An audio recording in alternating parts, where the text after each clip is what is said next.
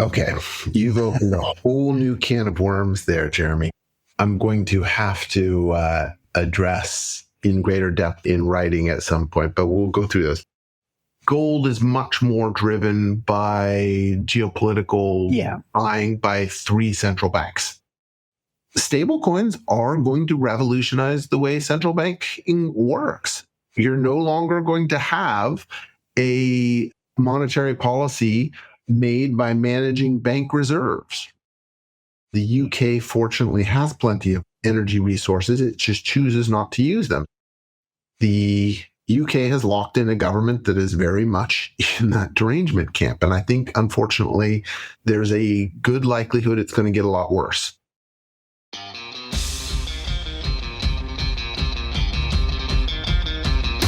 Last week, I had a conversation with Marvin Barth, the author of the Thematic Markets and Seriously, Marvin Substacks. Marvin is what I would call an evolved policy wonk. A PhD economist, Marvin's career includes working for the Federal Reserve, the Bank for International Settlements, the US Treasury Department, and several major Wall Street banks. He has a well-informed and holistic view of the world and its core drivers, which should be interesting to everyone, but particularly those of us trying to understand how to position long-term investment portfolios in these chaotic and challenging times. I was keen to speak to Marvin about his Global Entropy framework that he first outlined on his paid-for Thematic Markets service 2 years ago, but recently republished along with an epilogue on his non-paywalled Substack, Seriously, Marvin. In a wide-ranging discussion, which I found a challenge to edit, we discussed what global entropy is and how it has commonly been interpreted by differing versions of cognitive dissonance and derangements among the universalist liberal elites. As ever, what you are about to hear is not any kind of advice, but purely for your enjoyment and hopefully entertainment. Please take personal financial advice before investing a penny of your money in these crazy markets. And with that said, please enjoy my conversation with the Maverick, Marvin Barth. Brought to you by Progressive Equity. Can we just start with you telling me a bit about your background and your journey into becoming such a recognized name in macroeconomics and policy studies? I was fortunate to be born into a family of parents who loved me and who nurtured me and really put a value on education. I grew up in a small agricultural town in California where most of my peers were working class or farmers, as opposed to my father, who was, a scientist. And I think that gave me a very different perspective. And I went to university, didn't really know exactly what to do, sort of fell into economics through happenstance, graduated from university, didn't have a job. I graduated in the first so-called jobless recovery in the US back in 1992. Finally decided, I really need to get on with my life and went for a PhD in economics. And I ended up starting out the Fed, which was a great place to start because they really train you well. I worked in the international division. It was an interesting opportunity. They also sent me for a year to be an economist at the Bank for International Settlements in Basel, Switzerland, which gave me a good perspective on how other central banks and international institutions worked. After coming back to the Fed, I sort of thought I was approaching the flat part of the learning curve, decided to go to markets. One of my mentors from the Fed had left a couple years before and had suggested if I ever wanted to leave to call him first. So I did. And a few weeks later, he mentioned there was a job available for me. This was at Citigroup in London. Went to markets for a few years. Another interesting opportunity came along after a while to go back to Washington, this time as a political appointee in the Bush administration, being the primary advisor to the Undersecretary for International Affairs, basically the deputy finance minister, on dollar policy and economic policy. So that sounded fun. And then went on back to markets on the buy side of markets, working for a distressed debt fund, unsuccessfully launched my own macro fund, which was an interesting experience to sort of learn to manage risk, or how not to, rather, in my case. One of the things that was a great learning experience for me, and I think is really valuable for anybody who's thinking about this, and you'll really only ever know it until you do it, is that there's a tremendous difference between being right and managing risk. So realistically, if you go back and look at all my trade ideas, all my theses at the time, the vast majority of them were correct. But I mismanaged my risk in terms of taking out too much leverage, my timing, not obeying my stop losses, things like that. All the classic sort of rookie trading errors that your emotions take over and make you do stupid things. So is this when you acquainted yourself with David Dredge? Because I know you know him. David and I actually met later through a good friend of mine, Mark Farrington, who was one of my... Oh, yes. Yeah, he's on your podcast, isn't he? Yeah, and so Mark... Okay. Who's also in Asia by the sound of things. I don't know. Yeah, Mark and David worked together at Bankers Trust back then. Yeah, okay. So they've known each other a very long time. After that, I went back to the sell side for a while. I was leading foreign exchange and emerging market research at Barclays. And at some point, got a little bit bored with that and decided to try doing this on my own. So that's how I find myself here. So you broke loose and went plural on Substack. Yeah. I have two different Substacks, as you allude to. My main one is Thematic Markets, which is my sort of institutional grade research. But my fiance suggested, you have all these crazy ideas all the time that you never get a chance to... Stop bugging me with them and publish them. No, almost seriously, I kid you not. Yeah. Like, why don't you just write those down and do like a... Leave me alone with those crazy ideas, Marvin. And it is aptly named for what it is. She came up with the name too. It's Seriously, Marvin? Yeah. I love it. If you want to just test the waters, you can read Seriously, Marvin, if you want. Which I have been. What have been the major influences on your work and your, I guess, really your worldview? What is the ideas, the mentors, and the other factors that have sort of influenced your analytical framework? One of the things I see as sort of my key advantages in my analysis is that I'm able to look at problems from lots of different perspectives that very few people have common to me. So you got a holistic view. Yes. The other thing is that it goes back to, importantly, my father is just a very curious person. And I mean that in both senses of the word curious. In the first sense that he himself is very curious, but in the second that he's a little bit odd. So, this is a guy who spent 22 years in the Air Force. And he basically used the Air Force to fulfill his intellectual thirst. He has a BS, an MS, and a PhD in electrical engineering. He has a Juris Doctorate. He has an MBA. He's a CPA. And if he'd had more time, I mean, he is still alive, thankfully, but realistically, I think he would have tried to go to medical school. He's just unbelievably intellectually curious. And I've always been instilled with that from him. So I'm always looking at, why does this work that way? Or what could go wrong in this situation? I think that combined with my broader sort of unusual path here is sort of what is crucial and critical to the way I think. What is global entropy? What I'm referring to is what a lot of people talk about as sort of the breakdown of the post-war liberal order, the rules-based international order.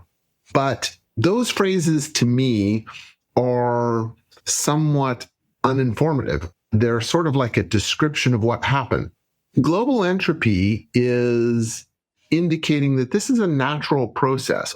All organizations, all ordered systems eventually succumb to entropy. That is, they naturally dissolve. And each one does so in a very unique, disordered way. And so only by recognizing that this is a natural process that has a great deal of uncertainty around it, can we properly focus on what are the contributing factors that are increasing the speed or slowing that pace of entropy. Quite long piece I wrote about 2 years ago at Thematic Markets. I re-released it on Seriously Marvin as a sort of 10-piece sequence plus a sort of epilogue 2 years later, what I've learned. Really, the post-world liberal order was an unusual period of holding back the inevitable global entropy. What was apparent to you at least 2 years ago when you wrote that piece seems to be more broadly apparent to other people. Yeah, it's interesting you put it that way. So I wouldn't say that the creation of the order was unusual. Humans have been creating orders ever since. You can go back a century before, and we had Pax Britannica, right? We had a global order that was effectively created by Britain. And, in many ways, Britain was far more powerful. Let me get my Union Jack. I'll just wave it for you. Yeah. It was far more powerful than the US in terms of it was the largest empire ever. Sure. But it wasn't a complete hegemon in the way the US has been, certainly in the final decades of the post-war liberal order. Everything is a consequence of something else. And the post-world liberal order is a consequence of the amazing events of World War I and World War II that have delivered what you and I have been born into, thinking was the lines on the map were there forever, and that the organizations that kept those lines on the map would also be there forever. But that's not the case. It also was the inheritor of that Pax Britannica, right? Yes. Built directly on the UK's former global order. And exactly to your point, it has broken down. And what I thought was really interesting about the way you framed your original question around it was this idea that somehow 2 years ago, I noticed this, and this was really ahead of the curve, and now everybody's noticing it. And I wouldn't have thought of it that way, because I thought when I wrote it, I thought, wow, what's unique here is not that global entropy is happening, not that the breakdown of the post-war liberal order is new. Certainly other people had mentioned it. What was interesting to me, and I wrote it right after the October 7th attacks, is that it became clear to me that with that move, it was potentially going to accelerate very rapidly and become potentially quite disorderly. And that's really what inspired me to write it. But to your question, what's really interesting to me is one of the reasons why I re-released it is it's been getting all this airplay, and people have been very interested in it this year because of President Trump. One of the things I've done over my career is make a lot of out of consensus predictions that have been spectacularly right. Not to pat myself on the back too much. Now I'll get to the bad part. Supposedly, I should be able to predict markets from that. The crazy thing is I've predicted some really big events and gotten the markets totally wrong. So, I predicted Donald Trump's 2016 election. I predicted Brexit, and I got the market reactions totally wrong. I also predicted exactly what Donald Trump was going to do in term 2. And yet, I again got the market reaction entirely wrong. It relates exactly to your framing. So back in 2016, I saw what Donald Trump meant, that he was not the end of the post-war liberal. He was basically the church bell announcing its death, right? Yeah. Brexit and Trump, in my opinion, are the outcomes of the operation of global entropy, not their cause. Exactly. And that's the way I saw it. And I thought, wow, this is going to be a wake-up call for markets. We're going to have a really big reaction. And instead, markets reacted like, oh, a Republican who wants to cut taxes and goose the economy just got elected. Yeah. And then 8 years later, I thought, well, everybody knows what this guy means now. Sure. Yeah. And so when Liberation Day came along, I thought, surely people expected this, understood this. Yeah. And yet they've instead reacted then like I expected back in 2016. And the whole world, Marvin, is dominated by derangement syndrome. Whether it's Brexit derangement or Trump derangement, it's the same derangement. And they can't see outside of the anger bubble that those factors have caused to their world. I agree. I tend to frame it as cognitive dissonance. I think derangement syndrome makes a lot of sense. And by the way, I don't think that that's over. And I think that it is one of the key risks that we face. politics of rage is really about a loss of trust of average citizens in their elites that they elect in their representative governments. Absolutely. That loss of trust has been gone for a while. What's interesting is trust among the elites has actually grown, continued to grow. And their faith in themselves continues to grow. And yet everything they're doing is falling apart around them. These are not dumb people. No, of course not. And they recognize there is a contradiction inherent in their belief that they have such high trust in themselves, and yet they can see the results of their actions are not working out well for anybody. The definition of madness, if you keep doing the same thing and expect a different outcome, you do kind of ask yourself, how long can this delusion, dissonance, whatever you want to call it, can continue? And I think that's the risk. What happens when Western elites lose faith in themselves, realize, come to terms with the fact that they're not the experts they think they are, the world is not operating the way they think, and that they need to radically change their worldview? Is Western politics defined by those who think that the post-world liberal order is salvageable and those who don't think that's the case? I mean, I might put it a little bit differently. So I could argue that all the people in the West would like to salvage this. Yeah. So I know this will be surprising to a lot of the people who have the particular strain of derangement called Trump derangement syndrome. But I think Donald Trump actually has in mind to save. Well, yeah, he wants jobs back in Ohio.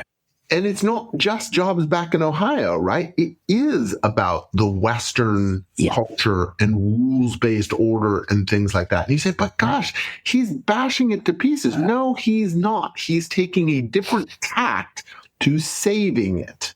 And I think it's important for those who keep saying he eschews every rule of law and otherwise to remember that this guy does keep listening to courts. He does keep writing detailed, highly researched executive orders that adhere to U.S. rule of law, but he has a different view of what those laws say than what many of his opponents do. And I think one of the crucial things there is a lack of recognition of that as a longstanding U.S. tradition. So to me, he is literally the exact second coming of Andrew Jackson. Just for the benefit of myself and probably other UK-based people listening to this, just remind us the time of Andrew Jackson and what he is known for. Yeah, so Andrew Jackson, I mean, you should be very familiar to the Brits because he kicked your butt in New Orleans in the War of 1812. But we were still top nation, and history is written by the victors, so it's down the memory hole. Exactly. But yeah, so he was a war hero. He was a congressman and actually a the state of Tennessee Supreme Court justice. And he is called the first populist. He is considered the first populist in not just American history, but I think modern democratic history. He ran for president in 1824, lost in a three-way contested election that was decided by the U.S. Congress. Right. It was a really controversial thing. And just like Donald Trump, he said the election was stolen from him. He went on the whole populist bandwagon. He came back and won in 1828 and was the president for 2 terms. And his tenure as president was characterized by, one, a battle of the common man versus the elites. Was a big thing. The second, but I think more to the points that I raised, his view was very much that the executive is the only part of the U.S. government that is elected directly by all the people. So no other position in government has that's elected by all Americans. And so he has a special responsibility to enact what he believes the American people want. And so it is really about a very powerful executive branch versus, and this is crucial, versus the bureaucracy. He said, you guys aren't elected. You do what I say. And this is a big one of the running conflicts with Trump and the courts, right? It's about, hey, I'm the executive. I'm the one who's elected. All of you in the executive branch work for me and thus need to do what I say because I'm the only one who's answerable to the American people. That's very Jacksonian, and it is exactly one of Trump's key things. The second is that the executive branch should be powerful relative to both the judiciary and the legislative branch. So famously, when he worked with Congress to get the Indian Removal Act passed, which was, the expulsion of Native Americans out of what was then Alabama and Mississippi, the Supreme Court overruled that decision in a 5-1 decision. But he basically said, look, the Constitution names 3 branches of government and gives them equal power. 2 of these branches said this is legal.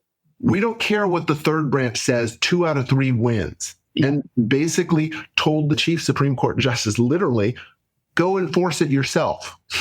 Right? Again, this is not an abrogation of the rule of law. It is the rule of law. Sure. It's just differently defined than I think the sort of post-FDR, Franklin Delano Roosevelt, U.S. Constitution has worked. And I think that's the real underlying conflict here. So to your original question, I think he does want to save the post-war liberal order, but he recognizes it's not savable in its existing format and needs to be reformed into a smaller, sort of Western-centric organization. Obviously, one of the key things he has to do to salvage the post-world order in the way he envisages it is deal with the rest of the world, and particularly China. Yes. Has Trump underestimated the leverage he's got with China? All my analysis tells me that militarily, if China decides to try and take Taiwan tomorrow, it's not even a question. It won't last long as a war if the U.S. decides to contest it because China will win hands down without any difficulty. Okay. So at least in the Western Pacific, China is absolutely superior to the U.S. militarily. It also economically has spent 30 years conducting active economic warfare against the U.S., undermining its industrial base, undermining the industrial base of its allies, which is really what the whole Trump economic plan is about. It's about reindustrializing for warfare, because as we've realized with Ukraine, you need an industrial base to fight a peer-to-peer war. And one of the consequences of that is that there are a lot of critical goods that the U.S. and frankly all the West can only get from China. Refined rare earths are obviously one of the key ones. Donald calls them raw earths, I think. Yeah, exactly. I love that. That was my favorite part of the Zelensky. This is going to make great TV. That was my favorite bit from that. Everybody else focused. All he cared about was the ratings. The blow up and he's saying, but we're going to get those raw earths. And, crucially, the permanent magnets that you make with those all largely come from China. Those are critical to huge swathes of U.S. industry. U.S. industry would shut down within weeks without access to those. Let me just push back a little bit on you there, Marvin. Okay. China may be waging economic warfare and may have been doing it for decades. From a U.S. perspective, it's allowed this sort of coming back to this sort of liberal delusion of the post-world order that has gone on for the last several decades. Sort of an arrogance has also involved a dollar-dominant world economy that has made it almost inevitable that the United States economy will have to export its dollars and its dollar assets, and in so doing has sort of set the precursor for allowing all this to happen. Okay. You've opened a whole new can of worms there, Jeremy. I'm going to have to address in greater depth in writing at some point, but we'll go through those. Let me take a step back and first agree with you that, yes, China can't be wholly blamed here because the West did it to themselves. And I would argue it was a Western arrogance, naivety, the arrogance that nobody could possibly ever challenge the West, technically, industrially, or militarily. So, of course, they can be beneficent and give everyone else much better trade deals than they give themselves, spend lots of money sending it elsewhere, open things up, and basically try and buy love around the world. And if you're facing somebody who is seeking to overturn your world order, that is basically giving them a massive opening as to how to do it. It's like, oh, you're going to give me all the tools I need to undermine you? Great, fantastic, let's do that. I think it's absolutely clear that the US and Western nations, through their own arrogance and myopia in terms of not seeing that other people were not really happy with their world order and wanted to supplant it with their own. This view that, and this was a key part of that global entropy piece, is that the West believes everyone accepts its, quote, universal values and wants to promote them. And that's absolutely ridiculous to anybody who's spent any time outside the West. Most of the rest of the world rejects most of those values. Outright rejects them. It's not even like, I'm not so hot about it. It's like, no, I'm sorry, I don't accept that. So the Western naivety really plays a critical role in allowing China to do what it did. So the West shares a lot of blame. That said, what I will take issue with is the sort of dollar dominance thing. This is a view that I quite strongly disagree with. Okay. That I do not think it is necessary for the U.S. to run current account deficits to have dollar dominance. Let's remember that the U.S. was actually a net creditor to the world for the first 4 decades of the post-war liberal order. The dollar was completely dominant during that period as well. There's no reason why the U.S. has to run these deficits. The U.S. runs these deficits, I would argue, much more for both a fundamental and a non-fundamental reason. The fundamental reason is that the U.S. generally has higher returns to capital than the rest of the world, especially on a risk-adjusted basis, which means that there should be excess demand for U.S. assets relative to the rest of the world. Well, balance of payments means that has to have an offset, which is a trade deficit. Okay. But that is compounded by non-market activity by many of the U.S.'s trading partners, Japan, Germany, most of the Asian NICs, the newly industrialized countries like Taiwan, Korea, Hong Kong, Singapore, all practiced consumption suppression in their own economies that forced their savings and investment balance to be positive, which meant they would necessarily export savings. Well, somebody has to be the counterpart to that. Yes. This basic identity mathematics has absolutely nothing to do with the dollar. Nothing whatsoever. It is entirely about those countries' domestic policies, and it forces other countries, usually the US, the UK, and India, to run current account deficits because they consume and they are having more laissez-faire policies. China has just taken that to another level. And so in that sense, China is really the driver of all of this. China has run an industrial program on a scale that has never been seen before that has resulted very clearly in the deindustrialization of its strategic competitors, and that was its intent, as well as ramping up its technical abilities and know-how through importing those manufacturing techniques, those scientific techniques and otherwise, and ultimately made itself the producer of a vast array of critical goods that are necessary for the global economy. With that explanation in mind, and you can push back on that, I'd like to go back to your original question about, has the US underestimated its leverage with China and Russia? China has a stranglehold at this point until the US and its allies reindustrialize. It can really cripple all our economies within weeks. That's what was really surprising, is that in the trade deal, people said that the US was the one that backed down.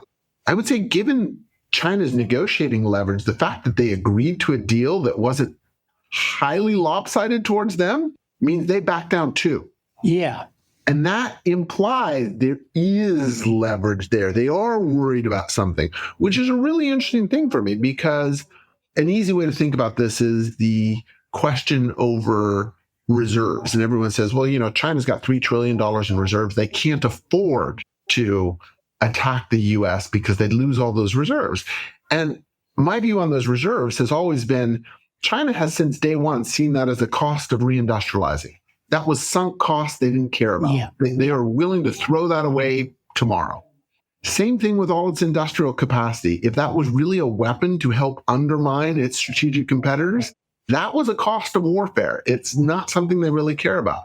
So it is quite interesting that if that's my perspective, why did they back down? There is something clearly not right there. How do you see Europe in all this that just seems to be doubling down on Western arrogance, liberal arrogance, as I would sort of termed it earlier? The first thing I would say is that I do think cultural cohesion is important, but cultural repulsion is even greater. What have been the biggest wars in world history? They've tended to be religious warfare or ideological warfare, and it's about the competition of two different cultures or different views of the world. But it can also glue countries with common culture together. I think one of the key lessons and one of the things that we're learning about from Global Entropy is that the West's arrogance and myopia over its supposed universal values has been a key driver of pushing away much of the rest of the world into China's arms. But one of the things I do in that piece is I do this sort of mathematical analysis of world values. That seems oxymoronic. There's something called the World Values Survey, which asks You're an economist. You should know you can't quantify values. Come on. Yeah. No. You didn't read your Mises or your Hayek. Yes. No. Exactly. But to the extent that we can, there is this thing, the World Values Survey out there, which interviews almost 100,000 people around the world across all different countries, asking them 300 different questions about their views on various different things that are associated with values. How you feel about premarital sex, how you feel about people of other tribes or colors or whatever, all these sorts of things. And from those, you can sort of glean cultural distance, how far apart various cultures are. And one of the really interesting things is that nobody likes China. So for all that people want to say that the US is going to lose this cultural war, I think they're actually in a good position. They just need to recognize that their own values cannot be imposed on everybody else. That automatically repels people. And this is a key thing that Donald Trump has been doing. One of his first actions, which was widely derided, but one of his first actions was to suspend the Corrupt Foreign Practices Act. And you say, well, why would you do that? Well, it's because things like that were actually interfering with the US's ability to interact with lots of countries where soft corruption and sometimes even hard corruption are frankly part of the culture.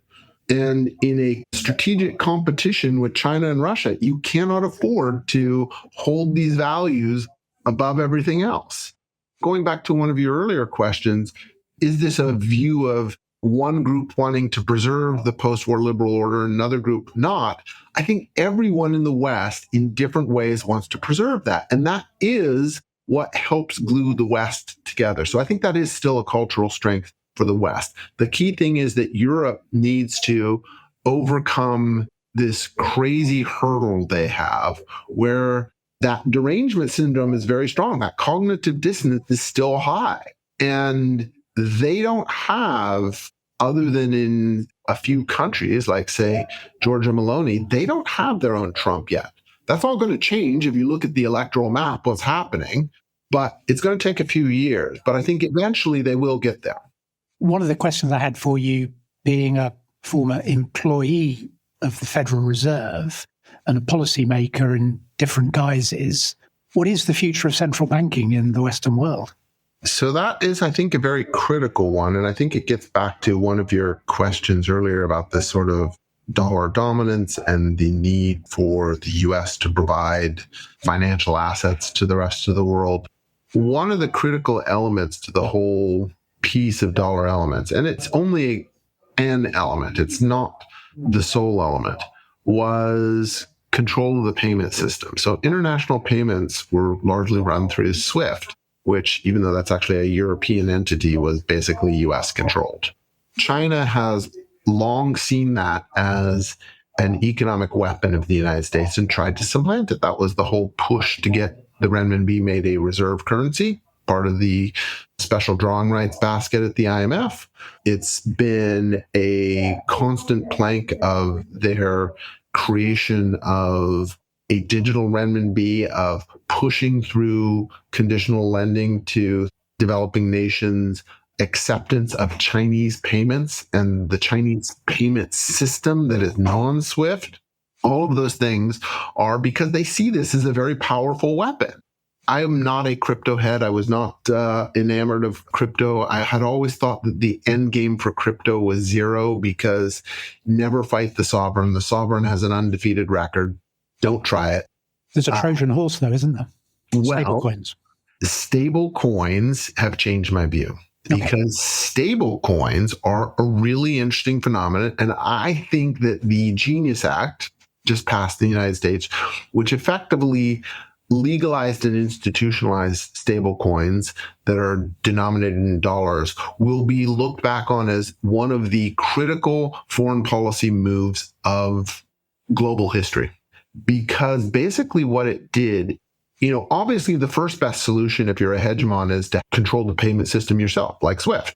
But once you sort of abuse that and people start moving away with it, and your strategic rival offers something else, your second best solution is to have a payment system that they don't control. You don't have to control it yourself, but they don't control it. That's the key point.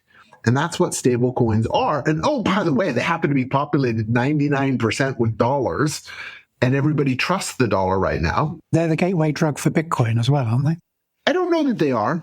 This is the question you should ask yourself if you're a crypto bro or, one of these clear believers. I'm crypto curious. Okay. Yeah. If you really don't trust the fiat system. Certainly don't. And that's fine. I'm not going to argue with that. There's plenty of reasons why you should be skeptical at this point. But if you really don't, then Gresham's law would dictate that stable coins are going to be the currency, and Bitcoin is going to be an asset you hold in reserve. You're never going to use it in currency. Absolutely. No, absolutely. No, I agree with that. No, totally. But a dollar-denominated stable coin is still, the clue's in the title, they're dollar-denominated. Exactly. So, I don't know, I was in Argentina last year, and people only use pesos to buy coffee. They don't save in pesos. Who would? We're all on the same path that the peso's on, whether you're the pound or the dollar, ultimately.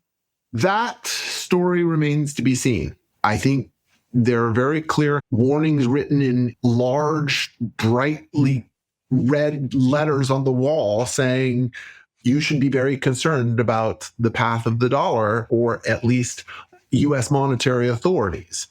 What's your outlook for the dollar? So for now, I expect increasing dollar dominance because stable coins will take over. Okay. I also think that for now, I still have faith that the Federal Reserve and the U.S. are going to act responsibly. I have reservations on that, but we can get into those. But as long as that is the case, then my analysis of currencies, remember, this is actually how I made my living for many years. Yeah, no, exactly. No. I have one of the best track records of anyone out there on calling the dollar. Until this U.S. investment cycle, which I don't even think we're midway through the cycle, finishes or peaks, the dollar continues to strengthen. So this temporary pullback we've had is just a tactical pullback, in my view. It's kind of been going on for a couple of years now, hasn't it? Not really. I mean, it's basically gone nowhere since 2022. And by the way, that is almost at all-time highs, depending on... Yeah. The dollar looks, on a conventional PPP basis, looks pretty fully valued, doesn't it? I would argue even more. So, and I think that testifies to how dominant and how amazing... You think that dominance is going to increase, if anything? It's not that it's not expensive. I agree it's expensive. Yeah. I agree it's very expensive. It's my British reserved nature. But things can go on being expensive And rightly so. Yeah. A lot longer than you think before, you get any sort of mean reversion. But you said something very interesting there in the context of the dollar, and that is the capex cycle, which is becoming seemingly increasingly a factor in the trajectory of the US economy. I mean, we had these amazing GDP stats last week. The US economy on those measures is on fire at the moment. Yet we've just, so we're told, in the early stages of a rate cutting cycle. How did we ever get to this point? Well, this comes back to some of your original questions about how I look at things very differently. And I don't quite understand why more economists don't look at things the way I do.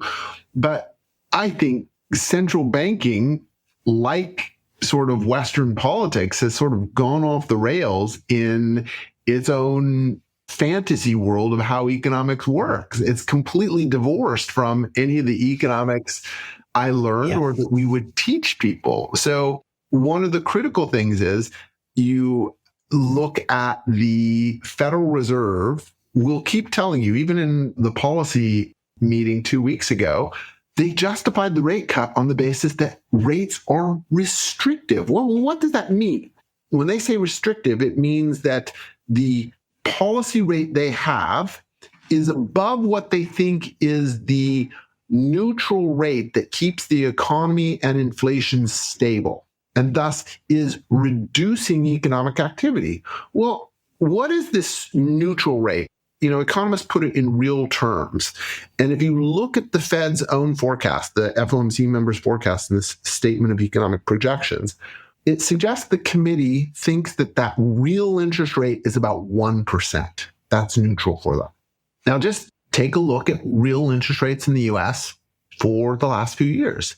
The average real interest rate in the US for the last 3 years is 2.25%.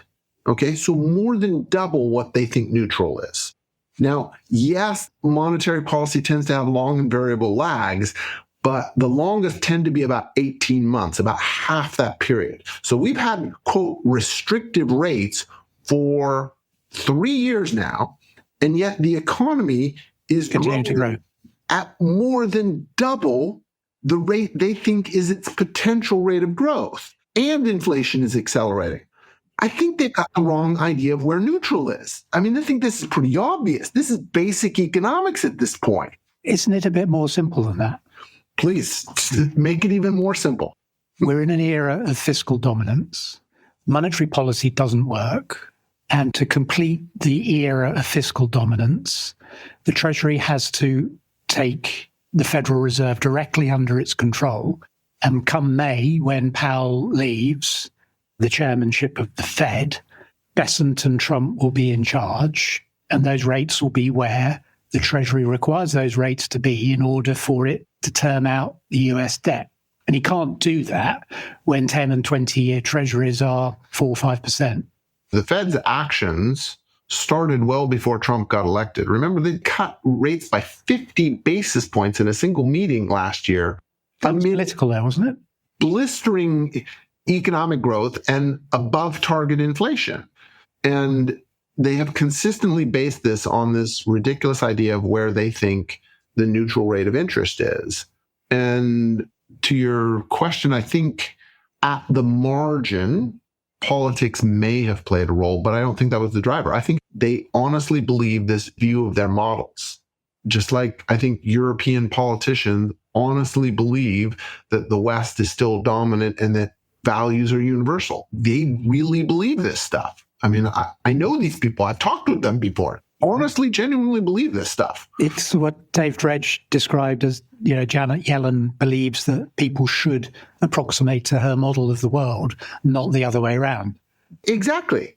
And so the part I don't want to say less worried about because the implications are far more damaging, but I view the probability is less, is this idea of the Trump economic model is to strategically capture the Fed as a financing mechanism. And so it's not that I don't think that that is a potentially serious risk, because it certainly is, right? the U.S. fiscal situation is very difficult, and it's going to require a lot of hard work to get it back to a sustainable path. But one thing I would say about Donald Trump is that he tends to do things that are in his best interest and what he perceives as the U.S. best interest. And I think that last statement may trigger a lot of people, but I honestly think Donald Trump is playing for a role in the history books at this point. So it's not about making himself more. He's got money. That's not what it's about. It is literally about him being in the history books along with FDR, Andrew Jackson, Lincoln. That's what he wants. So he's not going to do something that is going to completely undermine what he thinks is going to work. And so if you trust that his incentives are aligned that way, it doesn't make any sense for him to appoint a bunch of doves. The reason for that is that fiscal dominance doesn't work in a country like the US. A huge share of U.S. debt is owned by foreigners. You could have a Fed Treasury Accord back in the 1940s and 50s because most U.S. debt was owned by the U.S. The U.S. had high trust, and you could count on U.S. asset managers, pension funds, otherwise, to hold those things and trust that the U.S. was going to work this out eventually. This is the exact same reason why Japan can fund a massive fiscal debt. They fund it all themselves, and they trust themselves. That's not the situation the U.S. faces. So if they move to monetize the debt, goodbye dollar, goodbye inflation, they're all gone, and it'll happen really fast. And someone like that, surely that is why gold is where it is today. That is creeping up the list of things that investors are worrying about. I think that explains some of the gold and much more Bitcoin. I think gold is much more driven by geopolitical buying by three central banks. And it really is only three. If you look at the rest of the world, they've actually been increasing their dollar shares. We're talking on a day where gold has now gone through $3,800 an ounce decisively for the first time, and silver's at 47. But the mainstream media narrative around gold is, as we were saying earlier, is now more reflective of your global entropy theory. It's being explained away increasingly as a flight from fear and the worries around fear. I mean, there are snippets of this in places like the Financial Times, for goodness sake. I mean, this is almost unprecedented. It comes back to the point earlier that, your theory of the breakdown of the institution, the post-World War liberal order and the institutions that sustained it seems to be becoming more prevalent. I agree, but I think this goes back to our earlier discussion about people just waking up to these things and also their derangement syndrome. So you mentioned the FT, right? Like the FT, of course, wants to say that this is all Donald Trump's fault because he's the one who's going to monetize. And yet you yourself just alluded that pre-Donald Trump, the Fed was cutting for political reasons. Yeah. I may disagree with that in the main, but it wasn't entirely untrue. And, the broader point is that if this does exist, it was a bipartisan consensus. I am skeptical it will exist. I wrote another piece earlier this year called A Hawk in Dove's Clothing. It really gets to this point about Trump's incentives. And I will say up front, I don't have high conviction in this. So again, this was something I wrote at Seriously Marvin. I haven't researched this thought. I'm just throwing it out there because this doesn't make sense to me. But if I take that Donald Trump really is interested in preserving his place in history, why would he monetize U.S. debt and cause a hyperinflation and fiscal collapse? That doesn't seem like a good way to, or at least not to make a positive name for yourself in U.S. history books. And when you think about it, he has very strong incentives, especially this spring when inflation actually did dip for a while, to criticize the Fed. Because one, it highlighted the drop in inflation back then that the papers were not covering because Donald Trump promised lower inflation, and lo and behold, there was lower inflation. And he wanted to get credit for that. So, of course, it had nothing to do with him. You and I both know that. But that's his nature. He would take credit for it. And this was a way for him to provoke the papers to talk about it. Hey, inflation's low, the Fed should be cutting rates. Well, inflation's low, but they shouldn't, right? Okay, now the papers have to explain this. The other is that, of course, if things went badly with the tariffs, they're doing unprecedented things. They may have confidence in their plan, but they still have to accept it could go badly. Well, why not set the Fed up to take the blame? Oh, well, if only they had cut rates back then, okay. everything would be fine. Yeah. Right? If you think about it, right now, all the incentives align for Donald Trump to bash the Fed and say they should be cutting rates. Yeah. But when you get to next year, when he actually gets to start appointing chairman and other members and actually starts to shape the committee, given the long and variable lags in monetary policy, it's too late to affect the 2026 midterm elections. You're already into that year. Yeah. So actually at that point, especially given that his voters, more so than Democratic voters, hate inflation, it actually behooves him to appoint hawks then. And someone like Scott Bessent, I'm sure, has made it very clear to him this fiscal dominance plan will not work. We have too many foreign investors. It's just not going to work. So that comes on to an interesting question around Scott Bessent, and that he's clearly got a certain reputation in markets, a very good one, I would say. And he definitely seems to be the adult in the room in the new administration. Do you think he's still taken this role and remains, from what you're suggesting, at least half a step, if not one full step ahead of the rest of us?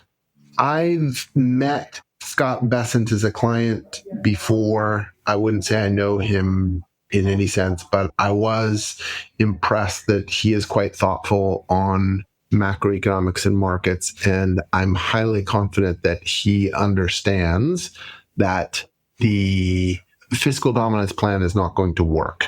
We keep hearing these stories about him like getting in fisticuffs with other members of the administration, or threatening it. And he seems to kind of come out on top with Elon Musk and Howard Lutnick. So exactly. So I'm thinking this guy has some political savvy here, and is someone that Donald Trump clearly respects. So that's why I, again, lean in the direction of thinking that the Stephen Moran vote is not going to be a persistent thing or an indicator of where the Trump Fed is going to end up. And as I said, I don't have high conviction in that view. I worry about it. Do you know what I'm thinking here? What? I think I'm thinking of someone who used to work at the Fed who can't envisage a world where independent central banking can't be a thing anymore. Seriously, Jeremy? Well, what do you think about that? Yes. Look, I think to your theme and your broader theme about the breakdown of the world order as we've known it, why not central banking too? I mean, I have certain admiration for one Javier Milei, but I see the difficulties of actually being a practicing anarcho-capitalist.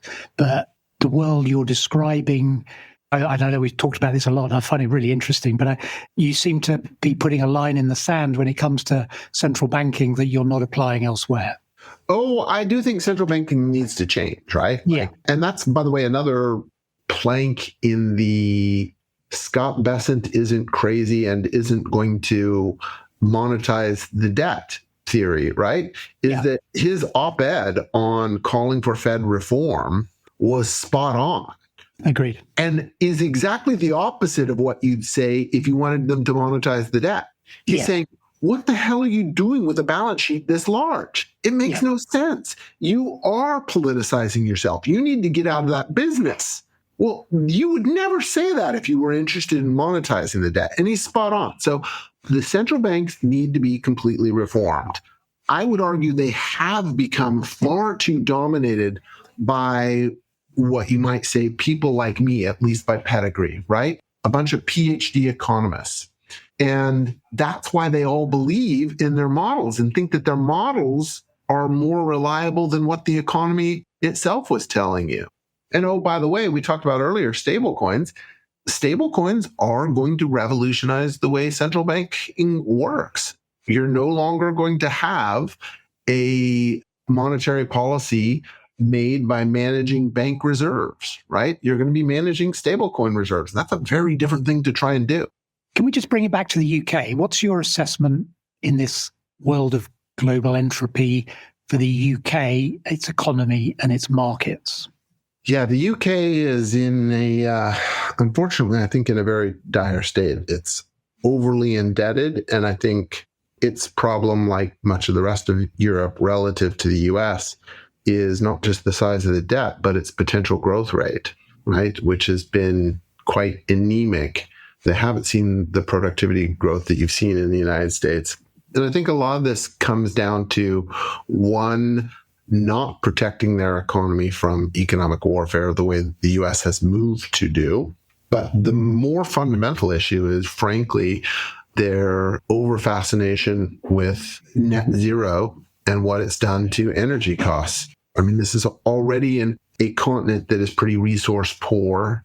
The UK, fortunately, has plenty of energy resources. It just chooses not to use them. So, it does always have the potential to reverse that. But then it also has, to, your derangement syndrome point, the UK has locked in a government that is very much in that derangement camp. And I think, unfortunately, there's a good likelihood it's going to get a lot worse.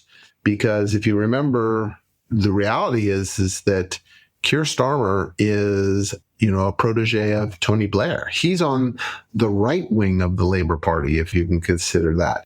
And he's not doing a great job. He's not popular. And I think there's a real chance that he actually gets taken down by an internal coup, and you get substantially more radical left-wing environmental and universalist values programs that are going to make the UK path much, much harder, are definitely going to make it difficult for it to go out. Now, the potential good news is that every detailed election poll is showing that the Reform Party is absolutely going to clean up, and that the Labour and Conservative parties are not even going to be the opposition party anymore. They're going to fall behind the Liberal Democrats, who are not picking up seats. Labour and the Conservatives have done such a bad job. They are going to put themselves simultaneously into political extinction. And while the Reform Party is, I think, too ambiguous to make strong statements about, and I'm sure has a lot of policies that people will be concerned about, the reality is that they are much more friendly to all those points about energy independence, about being more associated with a Western clique that protects itself in trade terms from its adversaries. And the other critical point, which I think is really underappreciated, and this sort of goes back, by the way, to the discussion about debt in the US and monetary economics, is that populists everywhere have actually been more fiscally conservative than their center-right or center-left peers. So if you look at populist governments across Europe, or the change from center-right, center-left to populist governments across Europe in the last decade, all the populist governments have moved toward more fiscally conservative policies. The poster child for this is Italy, right? The Giorgia Meloni government. I mean, this does not get enough press, but it's absolutely amazing. Last year, Italy had a fiscal consolidation of 3.4 percentage points of GDP. That is one of the largest fiscal consolidations in a single year of any OECD government ever. And why are we not heralding that as an amazing achievement? Now, yes, some of those things were baked in the cake for her ahead of time, but she didn't go out and spend like a banshee or otherwise, right? Give her credit. And same thing, the OBA, the One Big Beautiful Bill Act, while the funny money accounting that the Congressional Budget Office uses, which, by the way, is legally mandated. It's not their fault. This is the way they're supposed to account for it. These 10-year projections are basically comparing yesterday's fantasies to today's fantasy. I think Scott Besant talked about it in a less favorable way than the accounting policies of Enron in a podcast. Yeah, exactly. Let's focus on what really actually changed from last year's spending and taxation to this year's spending and taxation. That's what really matters. That's the real change. Spending was cut in real terms, almost across the board. There was some pickup in military and industrial subsidies and things like that, but across the board, there were big spending cuts.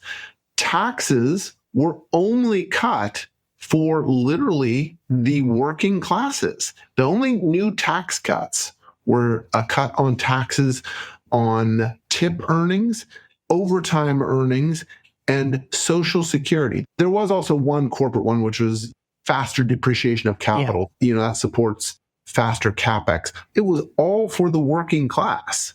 Meanwhile, tariffs are massively raising revenue. So by my estimates, the fiscal deficit is going to close by about 1 percentage point this year. That's far away from what they need, but at least it's in the right direction for the first time in a long time. Absolutely, yeah. You're a prolific producer of content on Substack. I find your Seriously Marvin and Thematic Markets, to the extent I've had a chance to look at it, fascinating and very interesting. And I'd thoroughly recommend anyone who's interested in the conversation we've had today to take a closer look. What's your ambition for what you're doing on Substack and the sort of this emerging marketplace for ideas that Substack seems to have become? Originally went on to it because I started Thematic Markets sort of as a side gig. I was originally going to do a different business with some friends of mine, and I really started it just because I absolutely enjoy this. Like, I hope it's apparent from this interview. Yeah, absolutely. You have a passion for it, for sure. Then I am just passionate about understanding what's going on, and writing is a nice way to do it, and testing your ideas with analysis. And Substack was a free paywall to me, and I said, I'll just throw it on there. Now this has become my focus, and I'm really trying to build it out as a source where people can really focus on unconventional economic and market thinking that I would argue I have probably one of the best 20 to 30 year track records of anyone in calling the major trends in the global economy and markets. And hopefully that's of value to people, but hopefully it's also, especially something like Seriously Marvin, just helping people make sense of a very difficult to understand world.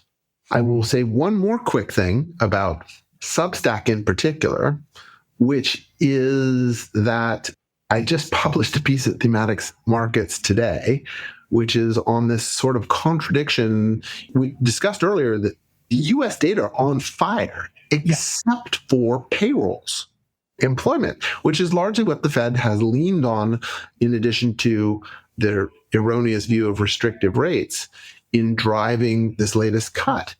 And yet I just published a piece digging into, what's behind this contradiction? And by the way, one of the interesting things that seems to be driving it is what you might call solopreneurship. Those are not counted in the non-farm payrolls. And indeed, even the household survey does a very poor job, I find, of capturing those statistics. And so basically, people like you and I are not really in those stats, and yet they're an increasing part of the U.S. labor market. And so I think that's a really other interesting part of Substack, and maybe we should close it there. Yeah, I find Substack fascinating, both as a contributor and as a consumer. So thank you very much. And hopefully we can catch up again in the not too distant future. I would love to. And thank you for having me on. This has been a real pleasure. Thank you.